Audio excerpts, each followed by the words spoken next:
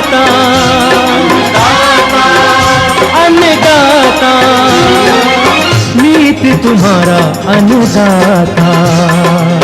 पग पग पर है संग तुम्हारे अन्नदाता। लहू किसानों का बन के पसीना सींचता है धरती का सीना। मेहनत का तेरी हक दिलवाने, नई तकनीक नई खोज बताने। पशुधन को गुणवान बनाना, पौध सुरक्षा को सिखलाना, खेती के सब गुर समझाने, भारत का सरताज बनाने। आठों पहर है संग तुम्हारे अन्नदाता, अन्नदाता। नमस्कार, मैं हूं रीनू। आप सभी दर्शकों का अन्नदाता कार्यक्रम में स्वागत करती हूं। हमारे देश का किसान जन का पोषक है, वह श्रम का देवता है, अन्नदाता है। उसमें ही भारत की आत्मा निवास करती है। ऐसे ही किसानों की प्रगति के लिए हम खेती बाड़ी से जुड़ी हुई बहुत सी नई लाभकारी जानकारियां हर रोज सुबह लेकर आते हैं। तो चलिए कार्यक्रम शुरू करने से पहले देखते हैं आज क्या है अन्नदाता में। समेकित खेती से महिला किसान ने बनाई अपनी पहचान। आम के बागों में अच्छे फलन के लिए जरूरी कार्य।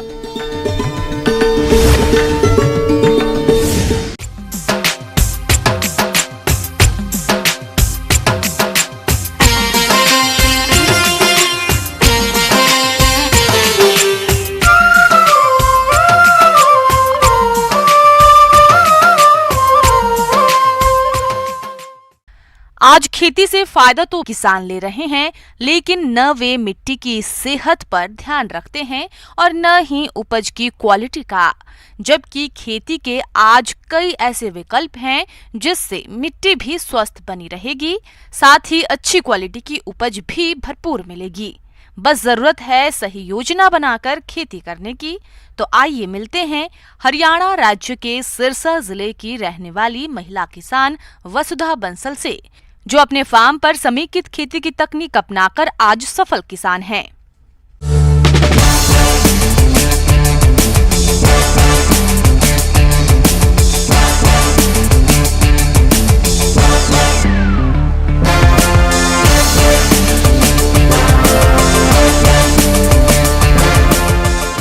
मेरे को शुरू से ही पेड़ पौधे या बागवानी में इंटरेस्ट था और चांस की बात है कि शादी होके आई तो यहाँ पे हमारा मतलब मेरे ससुर का और हस्बैंड का काम यही था।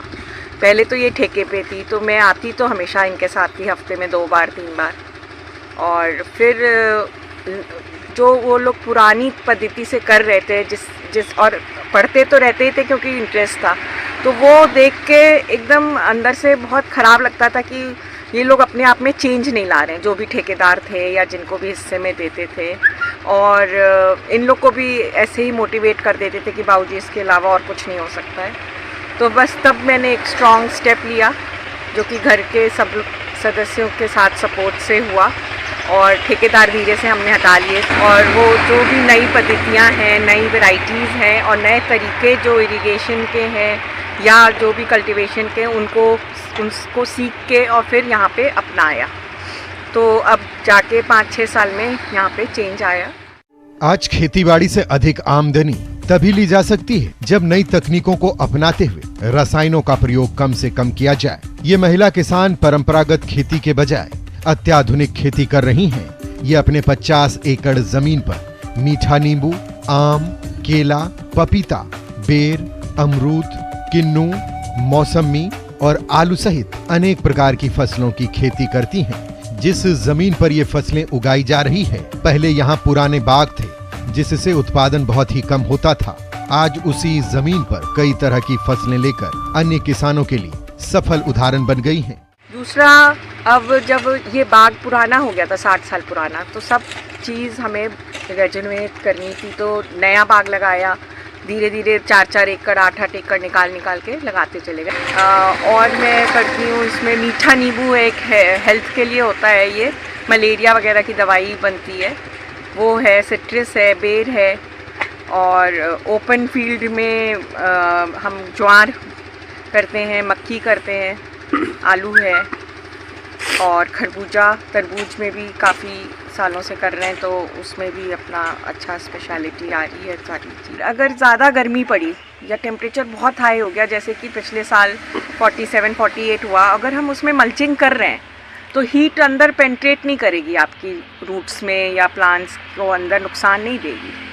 तो ये ही है कि इसको खेती शायद अमरूद और किन्नू की ही है, पर उसका तरीका हमने बदल लिया है थोड़ा सा। तो और साथ में जो इंटरक्रॉपिंग लगाते हैं, तो जिससे जैसे चना लगाया है वो नाइट्रोजन फिक्सिंग होता है, ठीक है। तो चना जब हमारा कट जाएगा और फिर जो उसका झाड़ होएगा और उसमें मल्च हो जाएगा, तो आपके पौधों को भी मिलेगा उस केमिकल्स, नेचुरली केमिकल्स मिलेंगे, जो कि आपका पोषण उसका बढ़ेगा। दूसरी बात ये कि चना आपका लगा हुआ है तो आपकी दोनों तरफ आपके पौधे हैं, पेड़ हैं, तो उनकी रूट्स भी मतलब सब चीज़ आपस में एकदम कॉम्पैक्ट रहता है, जिससे कि कोई आंधी चली या तूफान चला, उन सब चीज़ का फर्क पड़ता है। इन्होंने अपनी खेती में उन सभी बातों का ख्याल रखा है जिससे फसलों का सामंजस्य प्रकृति के साथ बना रहे और विपरीत परिस्थितियों में भी फसलों का उपज कम से कम प्रभावित हो।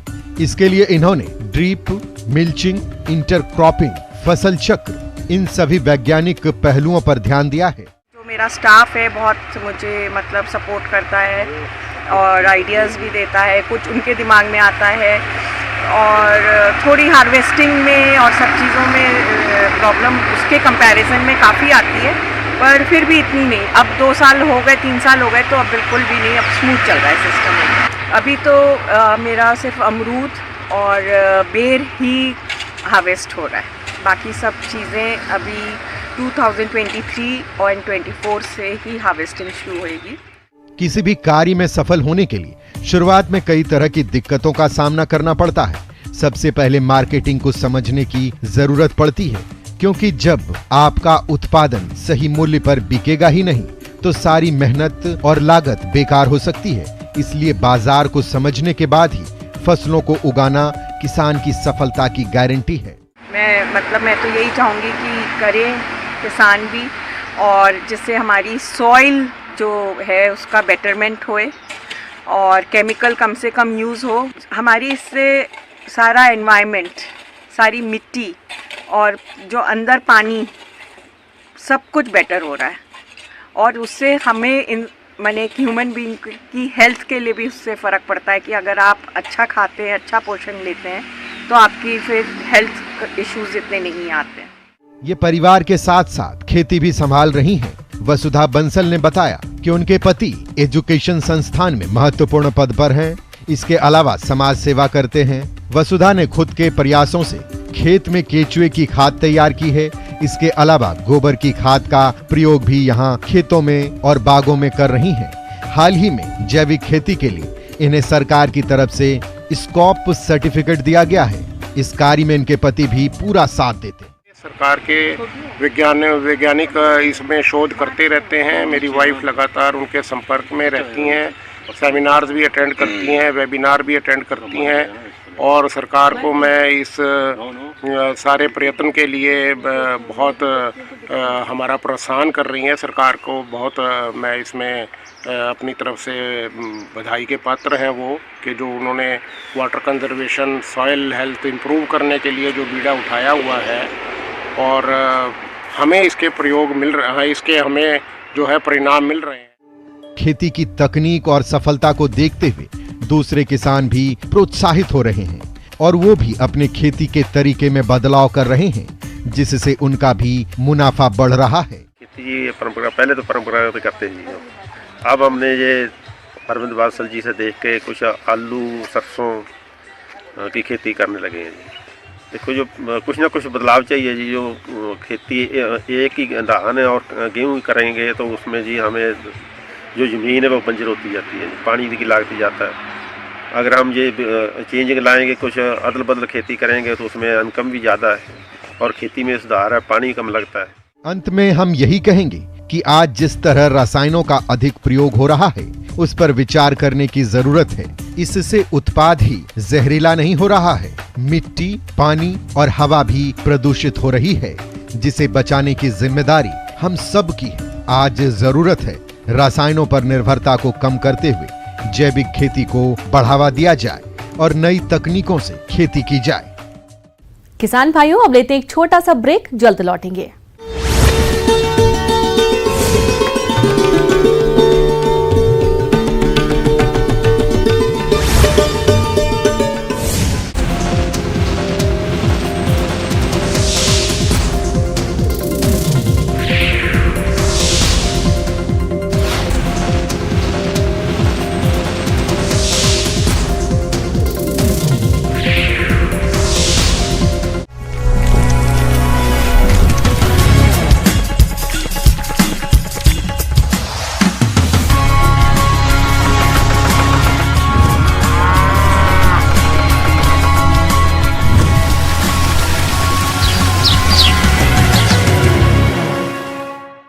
ब्रेक के बाद एक बार फिर से आप सभी दर्शकों का अन्नदाता में स्वागत है।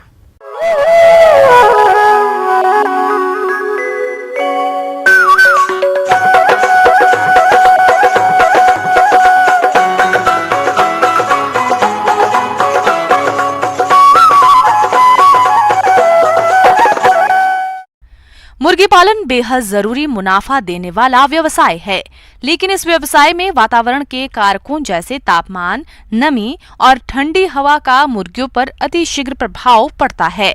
इसीलिए मुर्गी पालन से जुड़े किसानों को छोटी छोटी बातों को ध्यान में रखना बेहद आवश्यक होता है, जिसमें एक जरूरी बिंदु है लिटर का प्रबंधन, जिस पर विस्तार से बता रहे हैं पशु विशेषज्ञ डॉक्टर गिरिराज कोयल।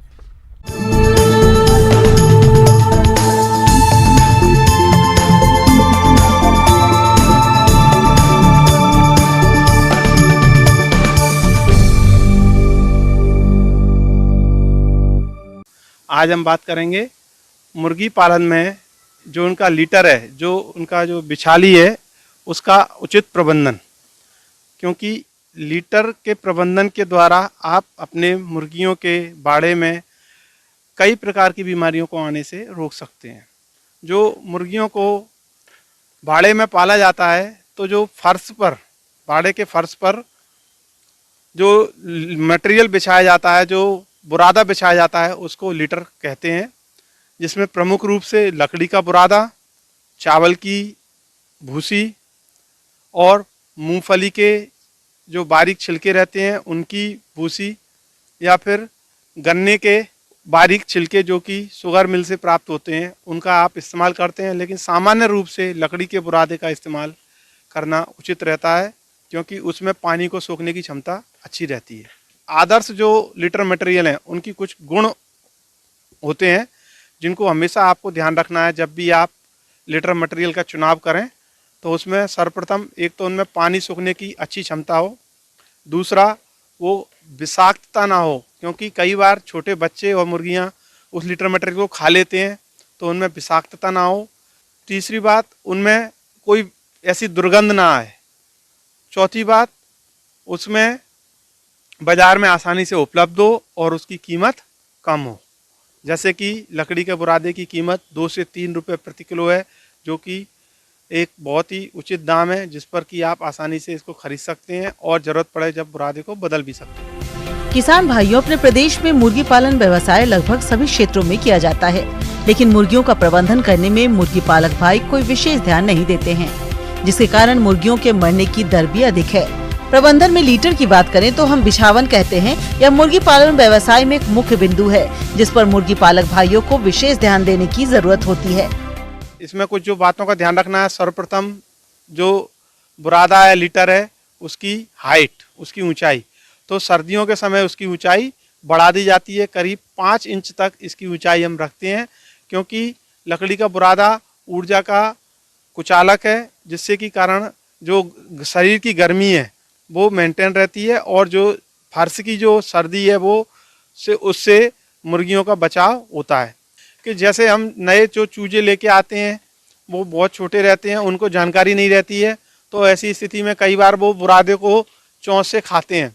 तो जब कभी चूजा बिल्कुल हम डालते हैं नया 1 दिन का चूजा, तो पहले बुरादे बिछाकर उसके ऊपर न्यूज़पेपर बिछा देते हैं, जिससे कि वो चूजा जो है सीधे बुरादे को नहीं खा पाते हैं। और उस न्यूज़पेपर के ऊपर हम थोड़ी मात्रा में दाना छिड़क देते हैं, तो आराम से जो चूजे रहते हैं वो दाने को खाते रहते हैं। जब 5-6 दिन का समय हो जाता है तो उसके बाद चूजों को दाने की समझ आ जाती है और उसके बाद हम उस न्यूज़पेपर को हटा देते हैं। जब कभी बुरादा कहीं पर गीला हो जाए, पानी के बर्तन से अगर पानी फैल जाता है, या कभी मुर्गियों में किसी बीमारी से दस्त लगते हैं, डायरिया होता है, तो ऐसी स्थिति में बुरादा गीला हो जाता है। उस गीले बुरादे को तुरंत आप या तो बदल दें या उसमें और बुरादा डाल दें, जिससे कि उस गीले बुरादे के विपरीत प्रभाव ना हो। क्योंकि जब कभी बुरादा ज़्यादा गीला रहेगा तो वहाँ पर अमोनिया का उत्पादन ज़्यादा होगा, जिससे कि मुर्गियों में उसके विपरीत प्रभाव देखने को मिलेंगे। और दूसरा, गीला बुरादा होने से वहाँ पर सूक्ष्म जीवों की वृद्धि भी हो सकती है, जो कि मुर्गियों के स्वास्थ्य पर विपरीत प्रभाव डालेगा। लीटर में नमी की जांच करने के लिए लीटर को मुट्ठी में लें और उसे खोलें। अगर लीटर भुरभुरा है तो नमी कम है, हल्का बन जाए तो नमी सही है, और अगर गोल बने, चिपचिपाहट हो तो लीटर में नमी अधिक है, और नमी अधिक होने पर लीटर को तुरंत बदल देना चाहिए। इसके अलावा जब कभी आपके फार्म में कभी बीमारी आती है तो मुर्गियों को दस्त वगैरह लगते हैं, कोक्सीडिया या कई अन्य बीमारियां आती हैं, तो ऐसी स्थिति में बुरादे को बदल देना चाहिए। मुर्गियों में बुरादा जनित भी कई बीमारियां रहती हैं, उनकी रोकथाम के लिए आपको कई बार दवाइयों का भी इस्तेमाल करना पड़ता है।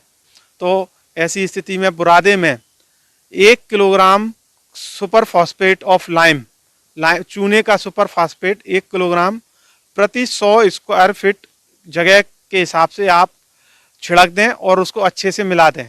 ये सुपर फॉस्फेट ऑफ लाइम से उसमें जो कीटाणु हैं वो सब खत्म हो जाएंगे, नष्ट हो जाएंगे, और आपकी मुर्गियों में जो कीटाणु का दुष्प्रभाव है उसको हम रोक सकते हैं। एक और विशेष बात का ध्यान रखना है, कई बार किसान भाई उसी पुराने बुरादे का इस्तेमाल 2 या 3 लॉट में करते हैं, वो बिल्कुल आपको नहीं करना है। लॉट को बेचने के बाद उस पूरे बुरादे को आप अलग कर दें, उसको नष्ट कर दें, या फिर खेती के लिए वो बुरादा बहुत अच्छी खाद के रूप में इस्तेमाल कर सकते हैं।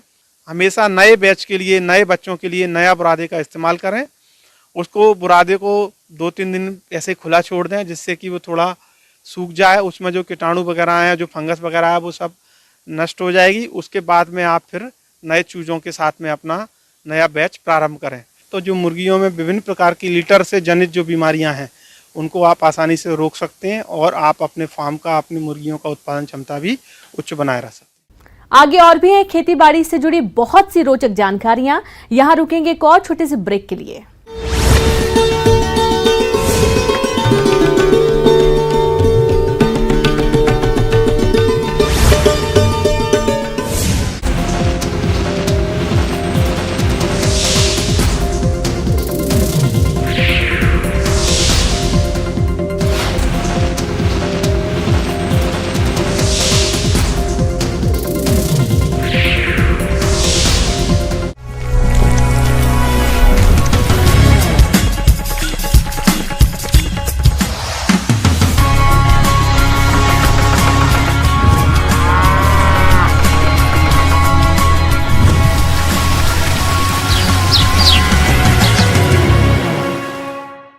ब्रेक के बाद एक बार फिर से आप सभी दर्शकों का अन्नदाता कार्यक्रम में स्वागत है।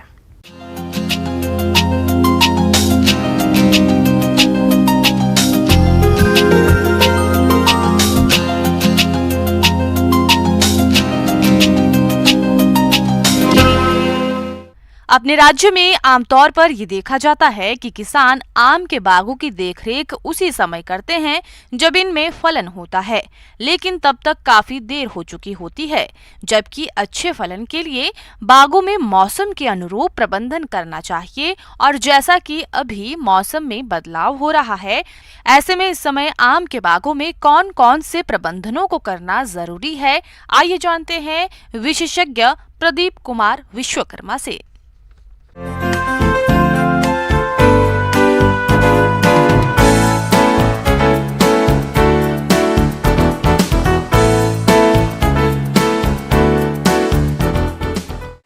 जैसा कि मैंने पिछली बार यहाँ पे देखा है कि बहुत ज़्यादा मंजर में नुकसान हुआ है मैंगो हॉपर की वजह से।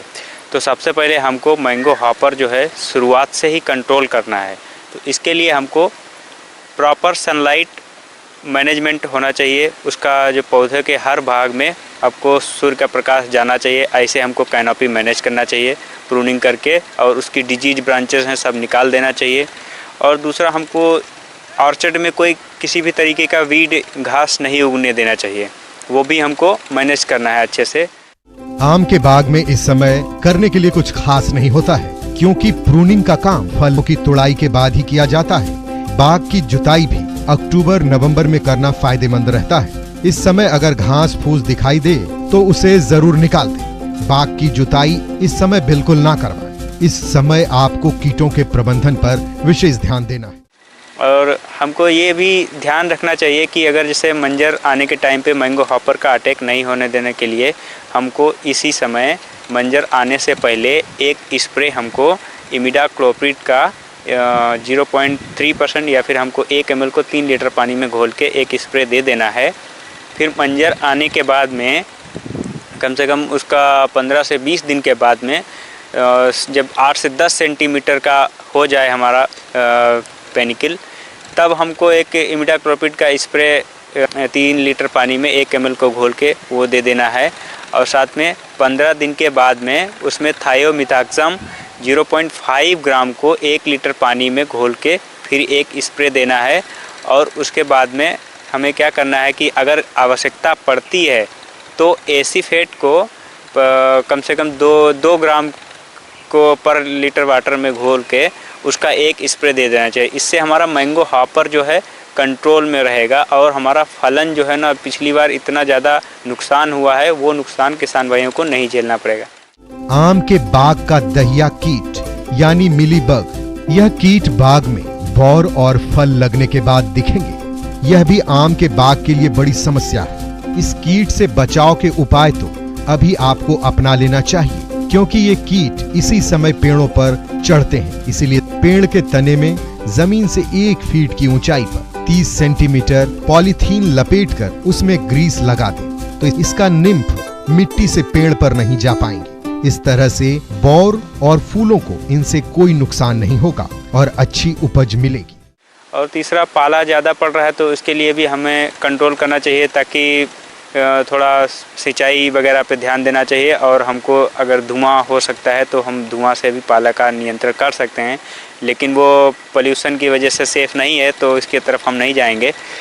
और तीसरा, हमको क्या करना चाहिए कि इस समय जो है फ्लावरिंग का स्टेज आ जाएगा फरवरी महीने में, तब हमको पानी थोड़ा ध्यान में रखना है। तब हमको कोई पानी नहीं देना है, नहीं तो फिर हमारा फ्लावर जो है ड्रॉप होने की समस्या बढ़ जाएगी। और हमें और भी तरीके से मैनेज करना है। अगर फ्लावर ड्रॉप का भी ज़्यादा समस्या आ रहा है, कृषि वैज्ञानिकों से संपर्क कर सकते हैं और आप उसको नियंत्रण में रख सकते हैं।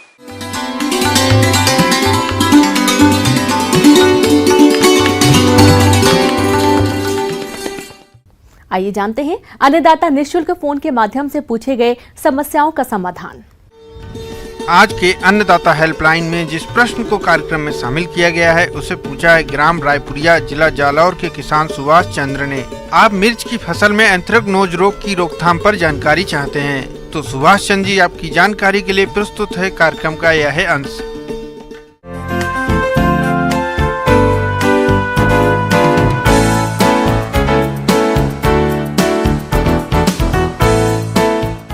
जो कि मिर्च में एक लगने वाला एक फफूंद जनित रोग है और ये क्लोटोटाइकम कैप्सेसी द्वारा इसका फैलाव होता है। श्यामवर रोग, यह रोग कोलाट्रोट्राइकम नामक फफूंद से होता है। मिर्च का यह बहुत महत्वपूर्ण रोग है जिसका प्रभाव पत्तियों के साथ साथ फलों पर भी पड़ता है। संक्रमित फलों की बाजार में कम कीमत प्राप्त होती है। इस रोग में पौधों का ऊपरी भाग सूखने लगता है। यह प्रभावित पौधों की सभी शाखाओं पर भी हो सकता है। इन सूखे हुए भाग की सभी पत्तियां सूखकर गिर जाती है। इस अवस्था को हाई बैक कहते हैं। सूखी हुई शाखाओं पर काले काले बिंदुनुमा रोगजनक की संरचनाएं बनती है। रोग की रोकथाम के उपाय, खेत में खरपतवारों का प्रकोप होने पर फसल में निराई गुड़ाई पर खरपतवारों को निकाल दें। उचित फसल चक्र अपनाएं तथा स्वस्थ और प्रमाणित बीज बोएं। बुआई बीजों को उपचारित अवश्य करें। रोग की प्रारंभिक अवस्था में ही डाइथेन M45 के 0.25% घोल का 7 दिन के अंतराल पर आवश्यक अनुसार छिड़काव करें। मिर्च की रोधी किस्मों को लगाएं जिनमें रोग रोधी क्षमता को, जैसे पूसा, सदाबहार, अर्का हरिता, अर्का मेदना, अर्का श्वेता, पतसी 1 आदि किस्में लगा सकते हैं। अब जब रही की बात, जब बीमारियां जब आना शुरू हुई तो जब पत्तियों पर ही इसके लक्षण दिखाई पड़े, उस समय आपको जो है ब्रॉड स्पेक्ट्रम फंजीसाइड, जिसमें कार्बेंडाजिम और प्लस मैनकोजेब दोनों दवा रहती है, उसका 2 ग्राम प्रति लीटर के हिसाब से अगर स्प्रे करते हैं तो इस फफूंद जनित रोग से काफ़ी हद तक बचा सकता है।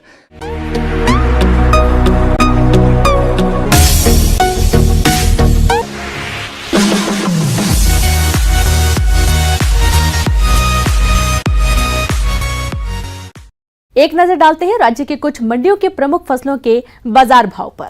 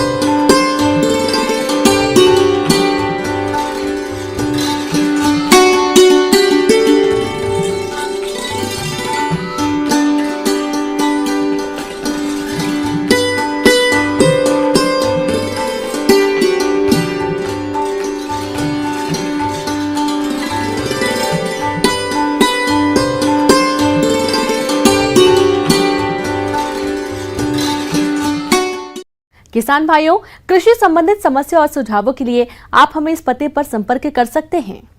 प्रोड्यूसर अन्नदाता news 18 Rajasthan, Ramoji film city, Hyderabad 501512। साथ ही आप हमें ईमेल भी कर सकते हैं। हमारा ईमेल है p18annadatarajasthan@nw18.com। इसके अतिरिक्त आप हमें निःशुल्क हेल्पलाइन नंबर 1800889216 पर सोमवार से शनिवार सुबह 10 बजे से शाम 4 बजे के बीच संपर्क कर सकते हैं। अब समय हो रहा है आपसे विदा लेने का। कल फिर मुलाकात होगी कृषि से जुड़ी महत्वपूर्ण जानकारियों के साथ। नमस्कार।